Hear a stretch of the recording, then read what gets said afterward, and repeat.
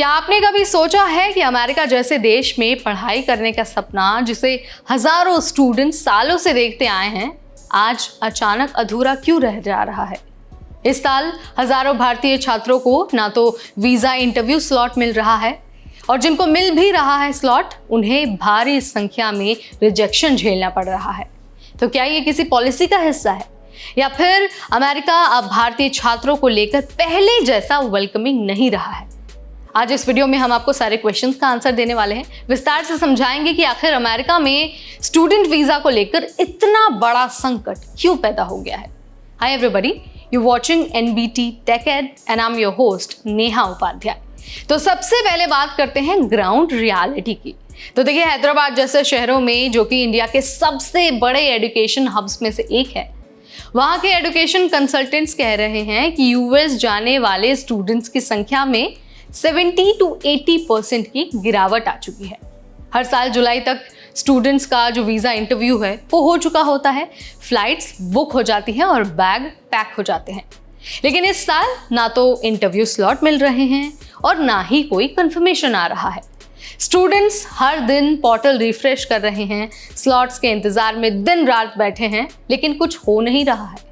Consultants जैसे कि संजीव राय और अरविंद जो मंडवा हैं, उनका कहना है कि इतना बुरा हाल कई सालों में अब तक नहीं देखा गया है। अब बात करते हैं वीज़ा रिजेक्शन की। अब देखिए, जो स्टूडेंट्स मार्च या फिर अप्रैल में अप्लाई कर चुके थे, जिनका प्रोफाइल बहुत स्ट्रॉन्ग और जो उनके एकेडमिक्स थे वो बहुत अच्छे थे, सब कुछ क्लियर था, यानी कि वो भी अब रिजेक्शन का सामना कर रहे हैं। और ज़्यादातर रिजेक्शन एक ही कारण से हो रहे हैं, और वो है सेक्शन 221(4)B। इसका मतलब ये है कि यूएस एम्बेसी को लगता है कि आप पढ़ाई के बहाने जाकर अमेरिका में बस जाएंगे और इंडिया वापस नहीं लौटेंगे। यानी कि उन्हें ये भरोसा नहीं हो रहा है कि स्टूडेंट्स इंडिया से इमोशनली या फिर प्रोफेशनली जुड़े हुए हैं। इससे क्या हो रहा है, जो जेन्युइन और जो सीरियस स्टूडेंट्स हैं, उनके भी सपने टूटते जा रहे हैं।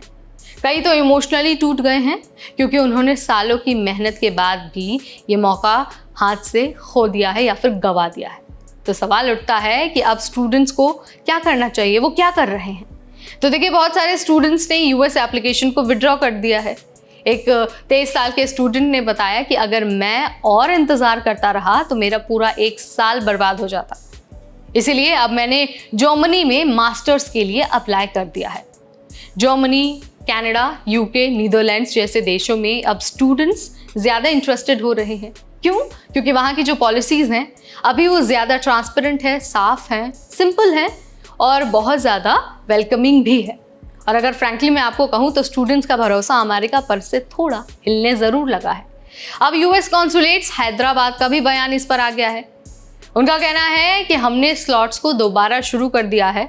स्टूडेंट्स वेबसाइट चेक करें, हम सभी वीज़ा एप्लीकेशंस को अच्छे से जांच रहे हैं। थोड़ा टाइम ज़रूर लग सकता है, लेकिन प्रोसेस चल रहा है। लेकिन सच तो ये है कि ग्राउंड रियलिटी तो कुछ और ही दिखा रही है। स्लॉट्स तो ओपन हैं, लेकिन कंफर्म नहीं हो रहा है, रिजेक्शन बढ़ रहे हैं और स्टूडेंट्स फ्रस्ट्रेटेड हैं। तो अगर आप भी यूएस जाने की प्लानिंग कर रहे हैं तो कुछ ऐसी चीज़ें हैं जिनका जो है आपको गांठ बांध लेना है। सबसे पहली बात तो ये है कि प्लान बी आपको अपने साथ रखना है, सिर्फ अमेरिका पर ही निर्भर नहीं होना है। दूसरी बात ये है कि जर्मनी, कनाडा, यूके और जो दूसरे यूरोपियन कंट्रीज़ हैं उसके बारे में आपको रिसर्च शुरू करना है।